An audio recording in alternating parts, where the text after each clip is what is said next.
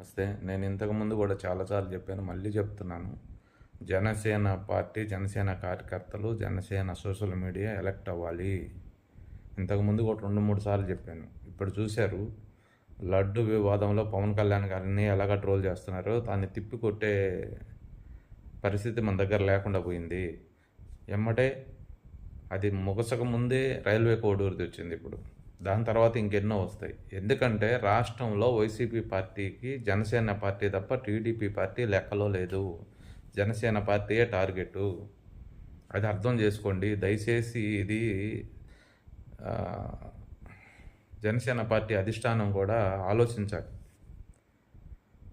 ఏదో మనం పొత్తులో ఉన్నాం కాబట్టి, మనం సైలెంట్గా ఉన్నాము, మనం అధికారంలో ఎలాగో భాగంలో ఉన్నాం కాబట్టి మనకేం కాదు అనుకుంటే టార్గెట్ అంతా మన మీదే ఉంది. దయచేసి అర్థం చేసుకోండి ప్లీజ్.